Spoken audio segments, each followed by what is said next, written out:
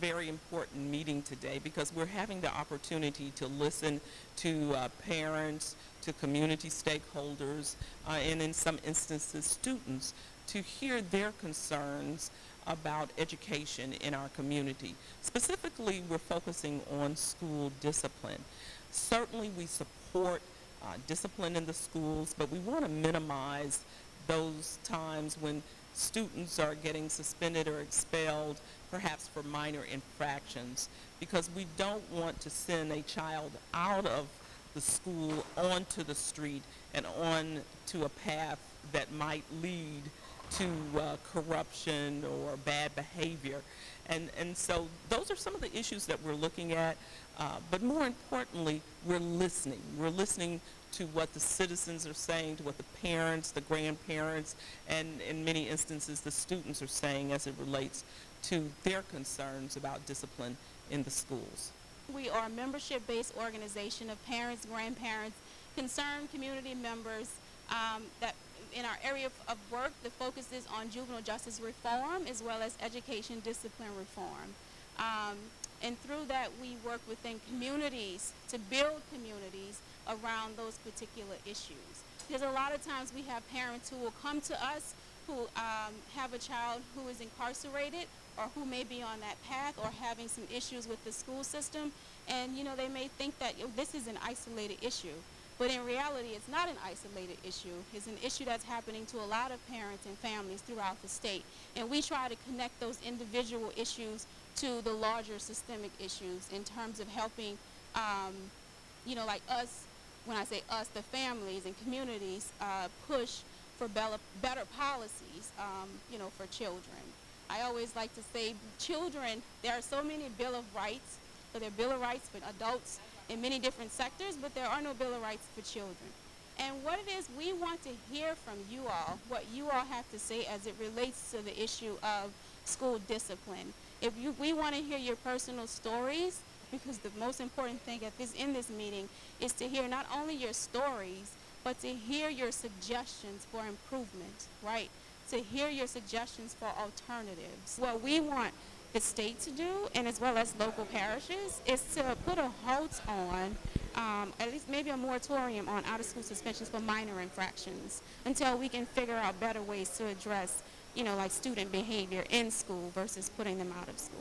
The areas that we look closely at would be Orleans Parish, East Baton Rouge, Calcasieu, Caddo, and Tallulah, Louisiana. So those are the different areas and parishes that we look into. On today, the Shots Foundation actually released their annual report, the state of the black male in the United States, and in Louisiana, I think the graduation rate for black males is at 51%.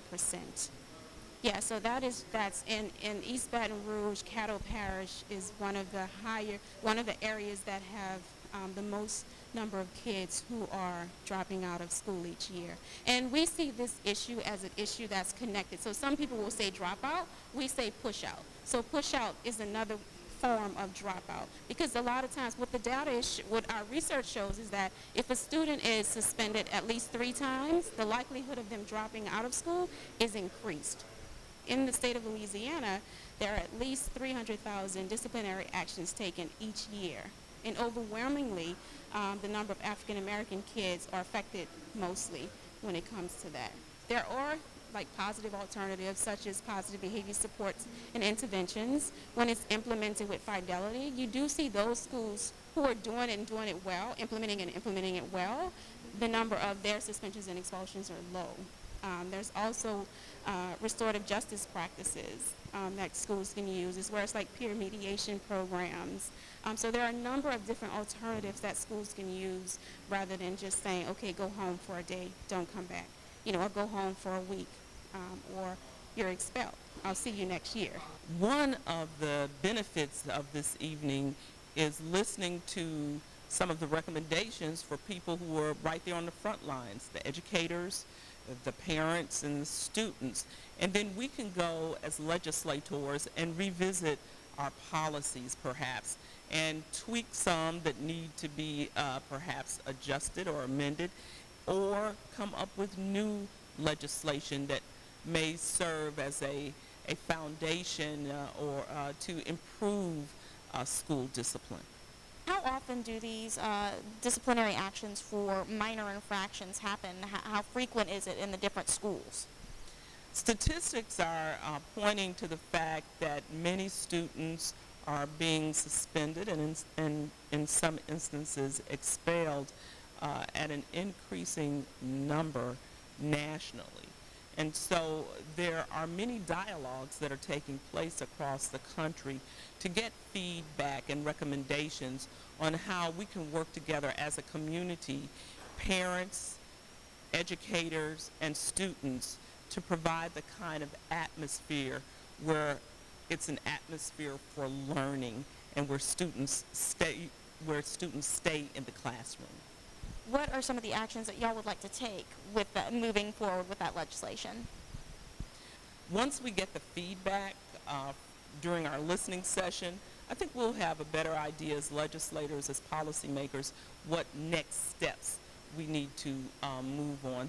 Maybe we don't need to tweak legislation. Maybe we do. Maybe we need to look at a different angle. But the first step is listening to what the citizens are saying tonight.